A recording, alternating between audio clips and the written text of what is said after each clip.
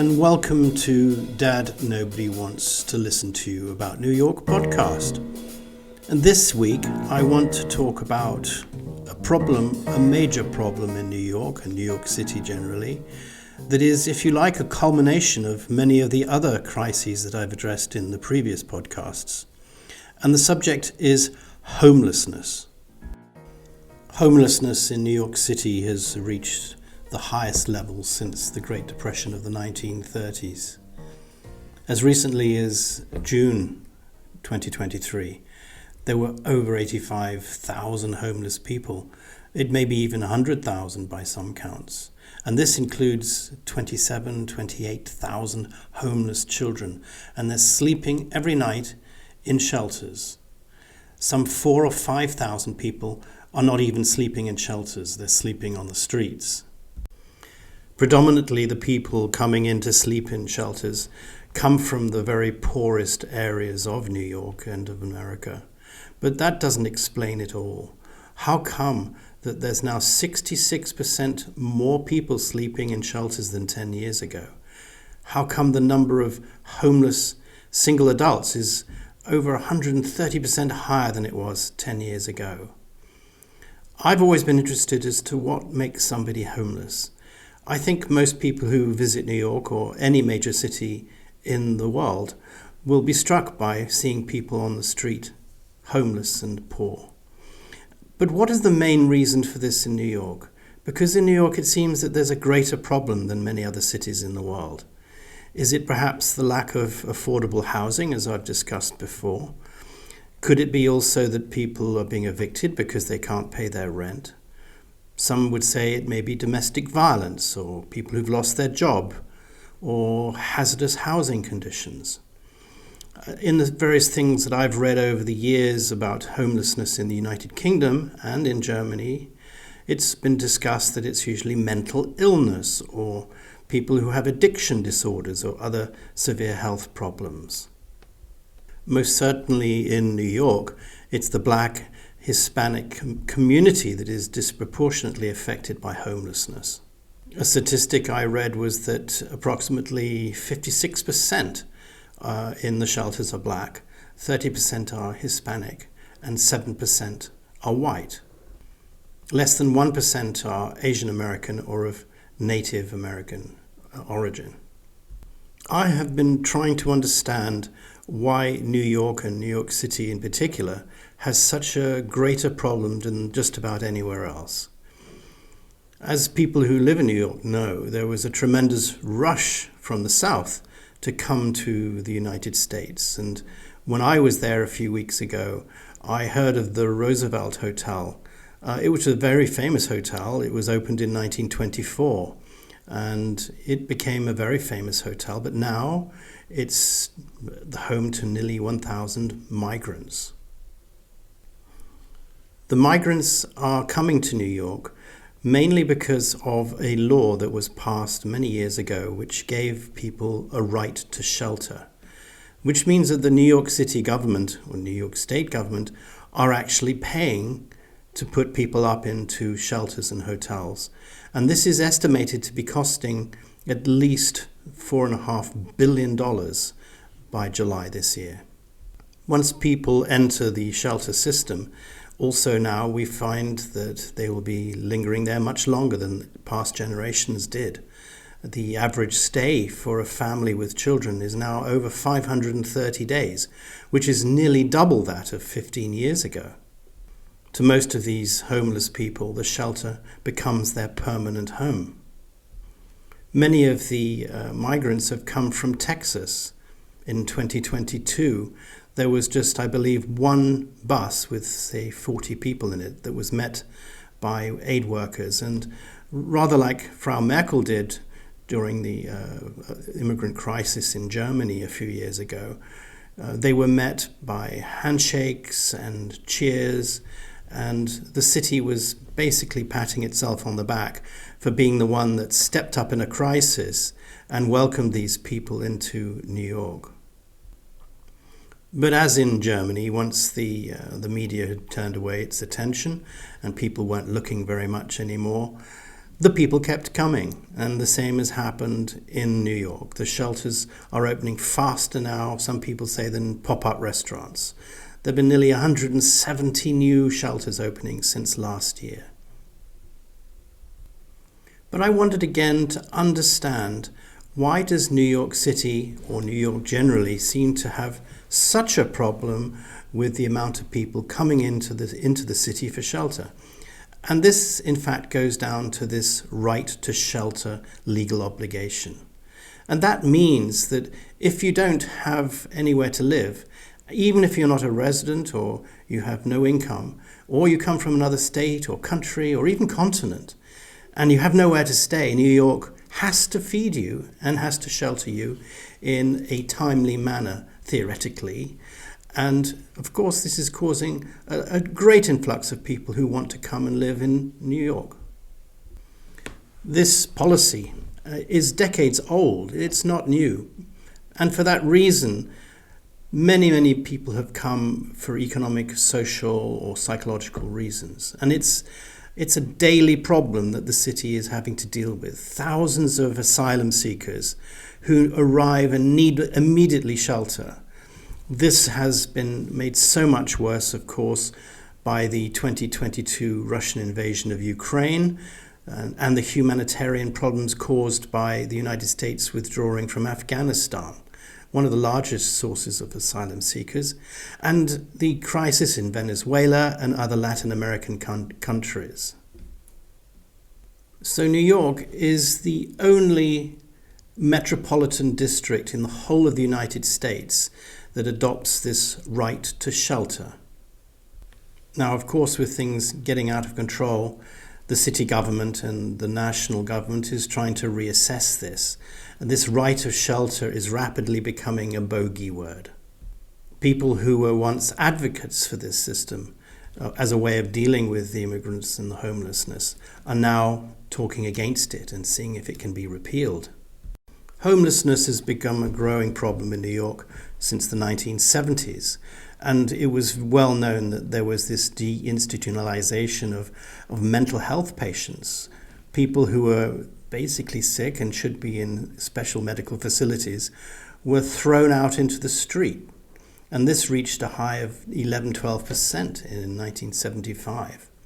The same thing happened in the United Kingdom under the era of Margaret Thatcher.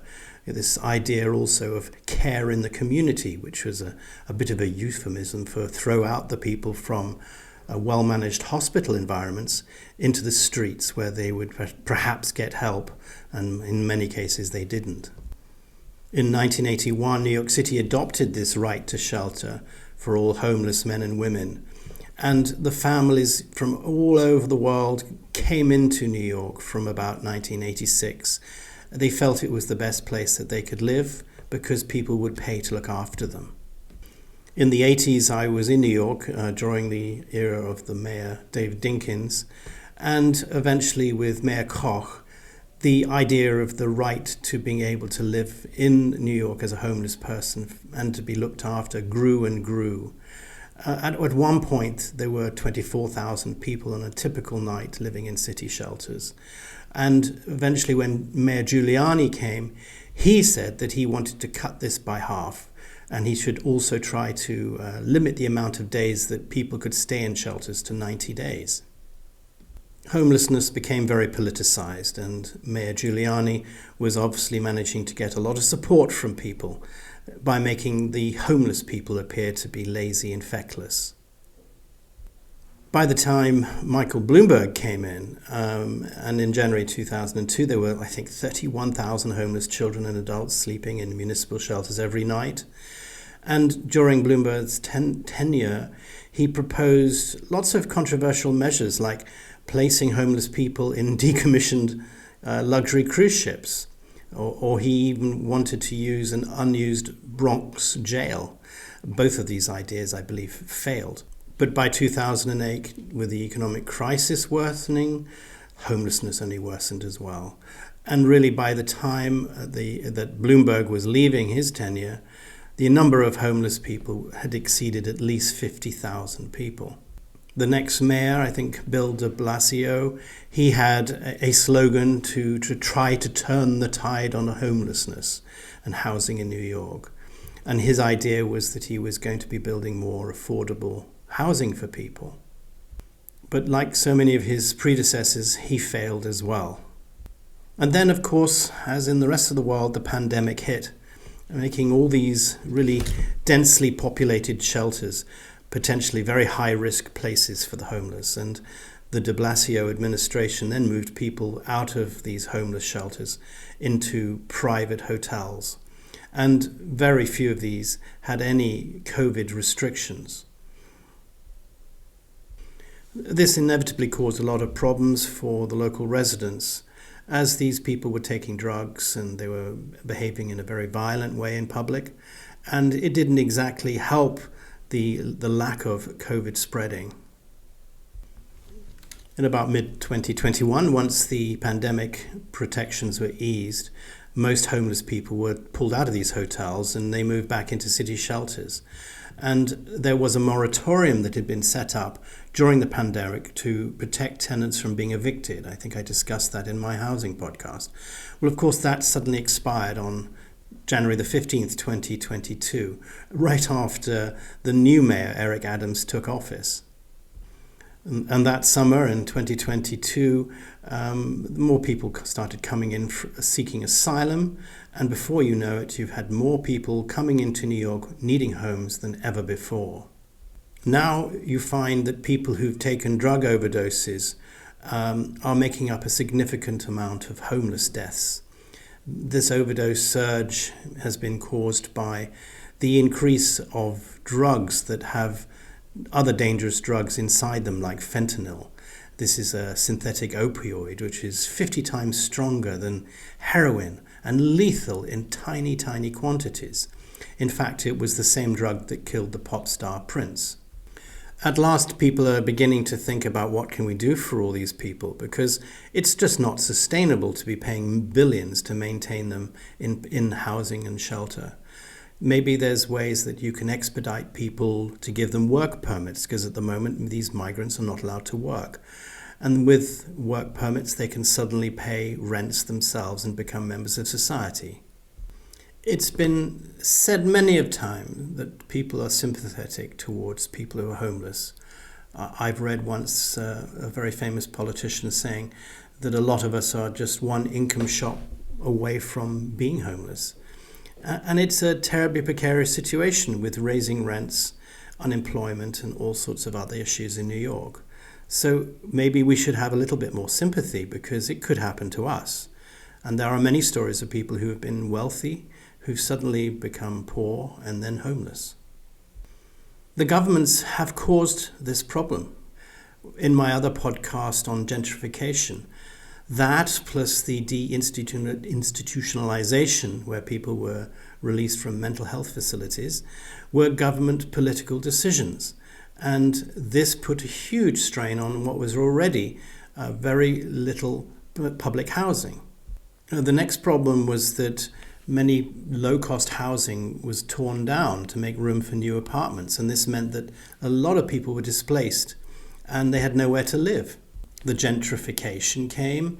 That's the idea, as I've discussed previously, of making neighborhoods nicer so people with money start moving in. But again, it displaced the existing residents, and the high rents mean that people can't afford to live there anymore.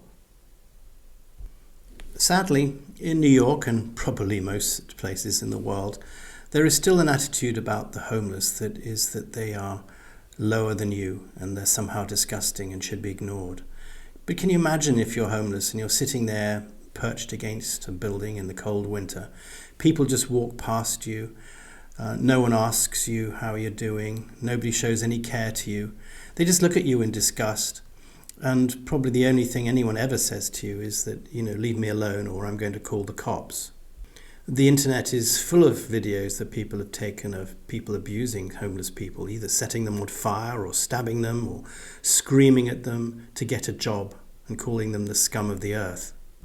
I remember in the late 80s when I was living in Boston, Massachusetts, and I was running a hotel. and I was just astonished to see the doorman smashing glass bottles into small fragments and sweeping them in front of the windows that looked into the restaurant. And I asked him, why was he doing that? And he said, we always do that. That's so the homeless people can't sit there and stare at the diners.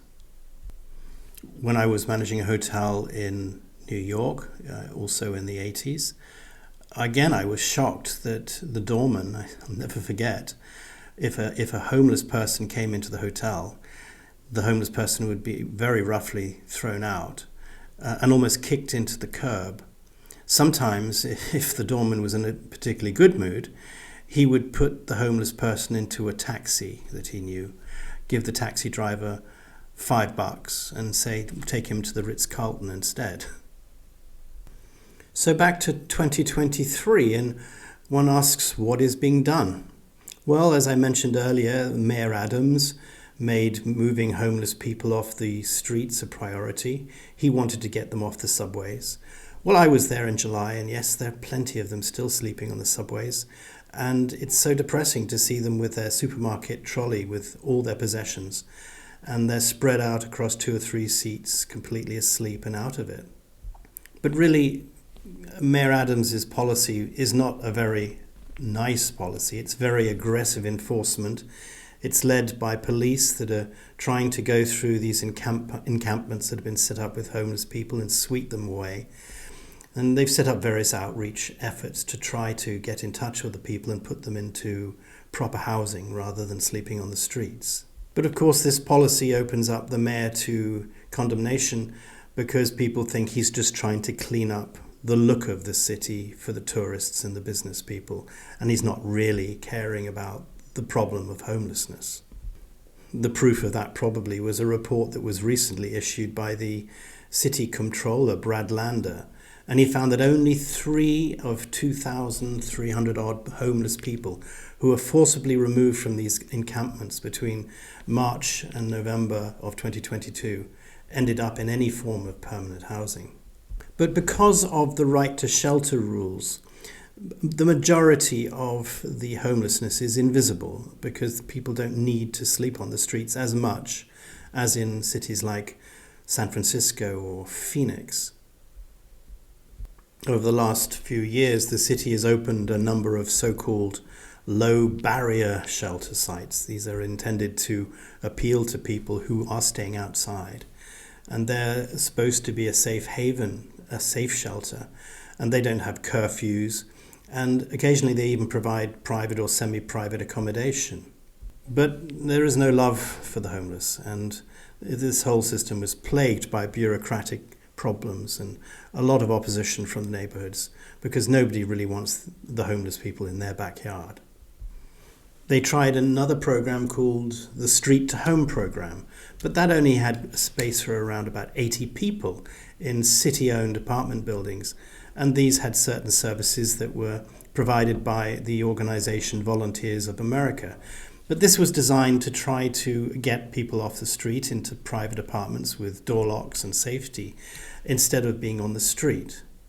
But unfortunately, like so many of these well-intentioned government ideas, Eric Adams has just now found himself at the forefront of criticism because he may be trying to give the impression that he's trying to get people off the train tracks and the streets. He doesn't really, it seems, have anywhere to send them if he does. In many cases, even if you do manage to get people into shelters, these shelters are often far from safe, some people calling them hellholes, full of drug addicts, full of violence, theft and abuse. So really, the only way forward in the homeless crisis in New York City is for people like you and me listening to this to change our attitude and the stigma associated with homelessness. Most people still think that the homeless people are just alcoholic or crazy or drug addicts, but in reality they're not. I don't think people choose to be homeless. There's so many different circumstances and stories in people's lives that lead to homelessness. It can be many unfortunate events in their life that they had no control on. And I suppose we as a people just have to be more compassionate and understanding of their flight and their troubles. Because most of the time, it's not their fault, it's not their choice to be homeless. I certainly wouldn't want to propose that I'm better than anyone else, but I remember very well when I was living in England, in Brighton, in the 1990s, and I was sent by my employers to an organisation that gave us an experience of various social issues in the town. So we as potential leaders could see perhaps a way forward that we could work together in the voluntary sector, the private sector, and the charitable sector. And one of the days was homelessness, and we were taken to homeless shelters, and I spoke to probably my first homeless people. I was invited to go into the evening with a group of people who would count the amount of people sleeping rough and help serve food to them. I was greatly moved by this. And once when I was working in the hotel in the evening, and it was quite a nice hotel on the seafront in Brighton, a homeless person walked into the hotel. And I was newly emboldened as this person who suddenly, could wake up and understand what it must be like to be homeless. And we shouldn't just treat them like probably we'd treated them before, which was to show them the door. The guy came up to me and I said to him, "Can I help you?" And he just said he's hungry. And I said, okay. So actually I walked him out, but I took him to our outdoor restaurant and I sat him at a table. And I said, "I'll get you something to eat." He looked at me very suspiciously. I don't think for a second he thought that I was going to do anything other than probably call the police and have him removed. But I assured him that I would get him some food. I went into the kitchen. I explained to the chef what was happening outside, and I remember he was not very sympathetic. I think he thought I was mad. And I said, "No, please, could you just throw together something, put it on a plate, and I'll take it to him." And rather grudgingly, he did. And I came out with this plate of food, and of course, the homeless person had gone. I remember feeling very disappointed because I really hoped for a second that maybe I could have made some small difference in this problem. But in the end, I suppose I was fighting against all the prejudice and all the experiences that this person had felt before, and he probably knew for a fact almost that he was never going to get any food. Of course, the chef, when I brought the plate of food back, just laughed at me. He said, all he wanted was money, or he wanted drugs, or he wanted a drink. I'm afraid that seems to be the common feeling, and that's why people have so little empathy for homeless people. Of course, some homeless people do have drug and alcohol problems, and some have behavioural health problems, and some have development disabilities, or were victims of becoming unemployed or having left the army with post-traumatic stress syndrome. Some of them have disabilities that disqualify them from holding jobs and therefore they can't earn a living. And some of them are children that have escaped abusive houses and are living alone on the streets.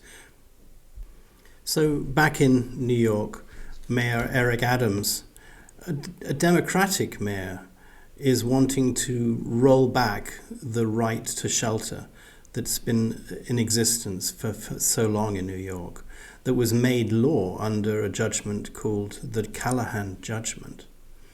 It's a tremendous irony that somebody who talks about wanting to help homeless people is going to actually take away the right that homeless people have to live and to be looked after in the city and state. The mayor has admitted publicly that it's just time, as far as he's concerned, because the city doesn't have the resources and the capacity to establish and maintain sufficient shelter sites. He doesn't have the staffing. He doesn't have the security to provide a safe and appropriate shelter. The sad reality is that New York no longer can extend itself any further than its resources will allow.